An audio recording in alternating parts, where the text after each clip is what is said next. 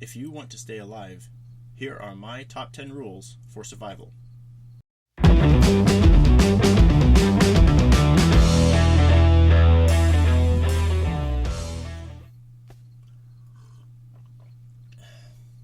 What's up, guys? I'm going to try to keep this video a little bit shorter than my other ones. I've noticed I tend to ramble a little bit. I'm still getting used to this YouTube thing, and I apologize about that. So I'm going to just try to jump straight into the video, but I do have one thing to say to preface all this, that these are my ideas of rules for survival. Other people might have other ideas, and that's great. I'm sure they have things to add to that. But this is my input of my thoughts of what I've come up with. So the one thing I have to say is that above all of this, the one thing that any prepper or person could do, and these videos are geared a little bit towards newer beginners, newer preppers, like myself, the one thing is switching from a reactive mindset to a proactive mindset. Just taking charge of your life, not waiting for things to happen, and getting ready now. And I'll go more into that in this video. So I'm just going to jump right in and we'll get through this list.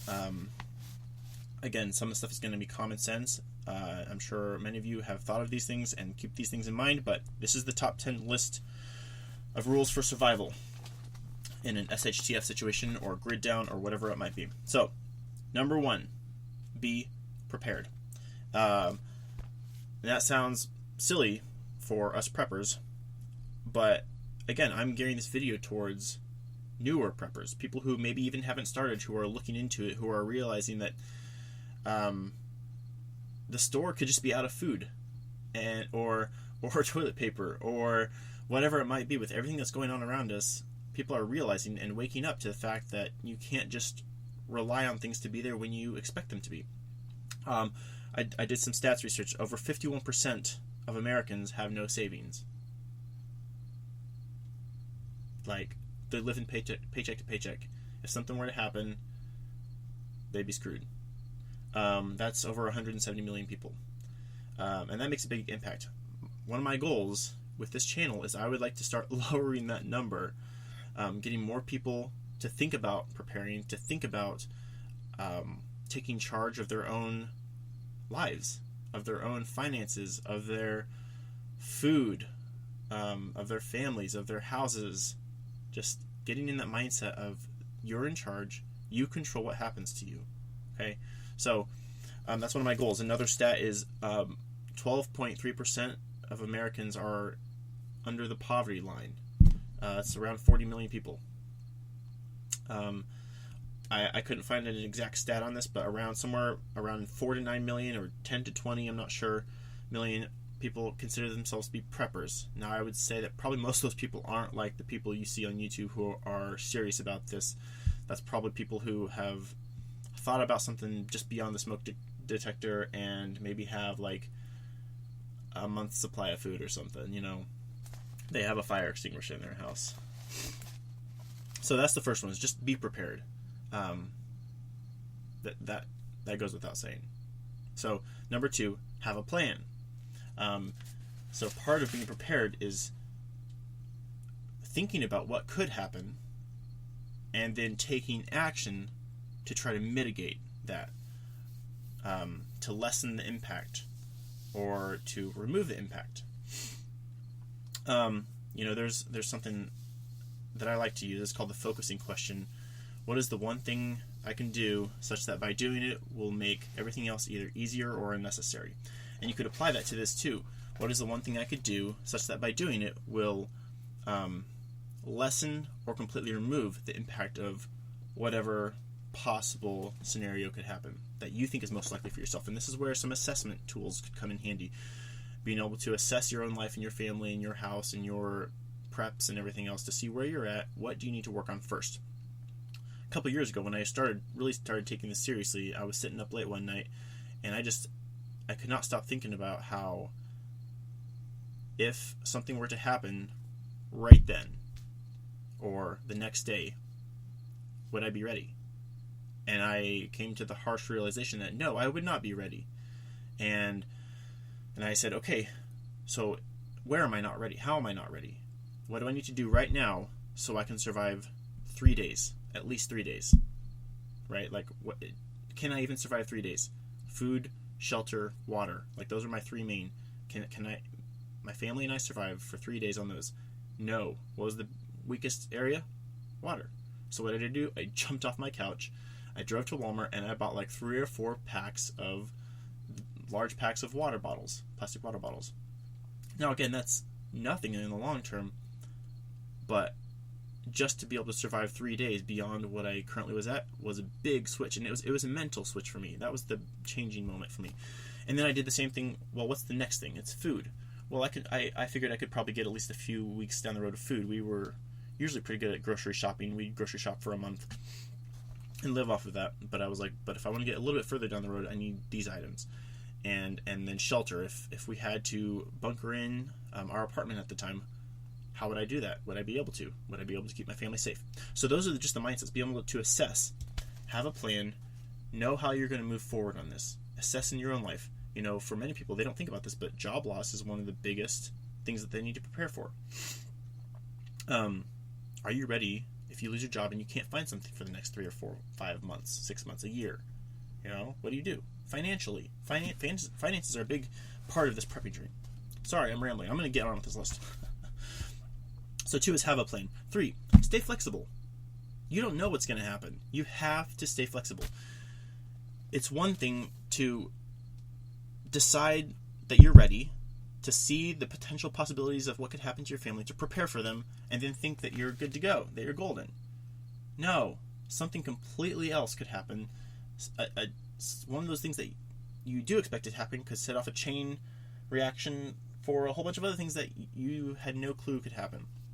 You just need to be flexible, and it's a mindset thing. You need to be ready, not so rigidly held to the rules. I'll leave it at that. Moving on. Number 4, and this is more for long-term survival, but that's stay connected. There's strength in numbers. I am a loner by nature. I am a lone wolf. I love doing things on my own. Having a family has really changed some of that mindset for me. I still like to do things on my own. I have a hard time working in teams and groups, but that will only last so long. You know, you can have your 3-day, 5-day, 7-day food supply in your bug out bag, and maybe you have a limited means of foraging and hunting, but ultimately your survival and your quality of life and the ability to rebuild society and all of that is going to depend on people coming together and working together. And there are many like-minded people out there. So finding those communities, looking for those communities, building those communities now, along, you know, as part of your plan. So staying connected with people. That one's hard for me to do, but it's important. Next one is never assume. Never assume you're going to get help when things go bad. Never assume that after 3 days of, a grid down situation, that things are going to go back online and you're going to be good. You know, you might have your preps ready for a week. And then what? Don't assume things are going to get better, ever. Don't assume you're going to have medical services coming to help you out. Don't assume there's going to be law enforcement if, there's rioting outside your house in the streets. Don't assume that you're going to be safe. Don't assume that you're protected. Just don't assume. 6, don't just prep the physical stuff. Yes, you need food. Yes, you need water. Yes, you need shelter. Yes, you need to be in a physically fit and in a healthy condition. But there are other things that are important too. The mental aspect, and I've talked about a lot of that here already. The emotional aspect. A grid down disaster SHTF situation is going to have a huge emotional impact, especially if you have loved ones that are hurt or dying, depending on what it could be. If you are not able to connect with people that you love, if you are even just diet changes.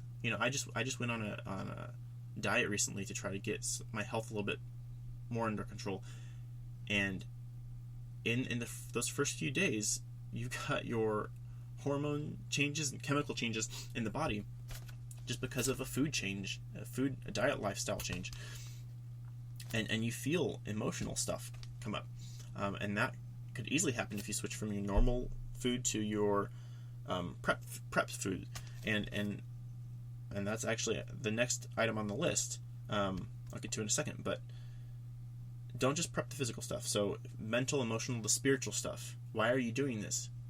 Do you know where you're going after you die? I'm not going to preach to you. I have my own beliefs, and you have your own. That's fine. But have you thought about it? I'm not scared of death. That's why I don't prep for that reason, because I'm scared to die. But you need to think about it. So don't just prep the physical stuff. That's the easy and the fun stuff to prep. Think about the other things too. Number 7, live as similar to your current lifestyle as possible. Again, with the emotional change. And this is not just for food, but this is for everything. But if you're used to having family night every Friday with your kids and your wife or your spouse, then you need to have something in place. You might not be able to do the things the same way as before, but you need to have some sort of routine set up of what you and your family expect to happen.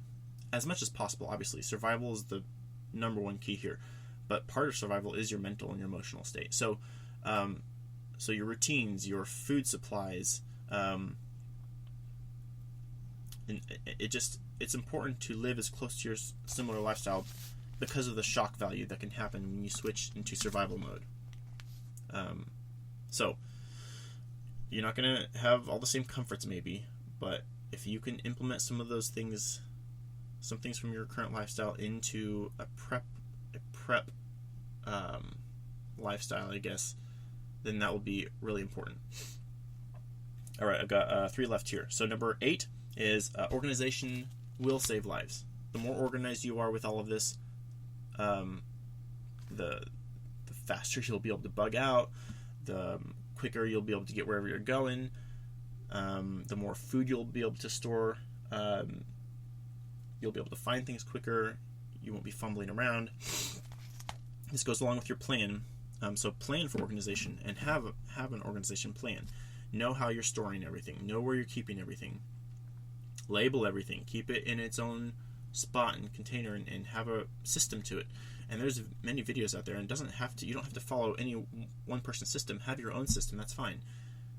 But just having a system and staying organized mentally and physically could be the difference of life and death. 9 is keep your preps dynamic, not static. This goes back to the being flexible one. Don't just set it and forget it.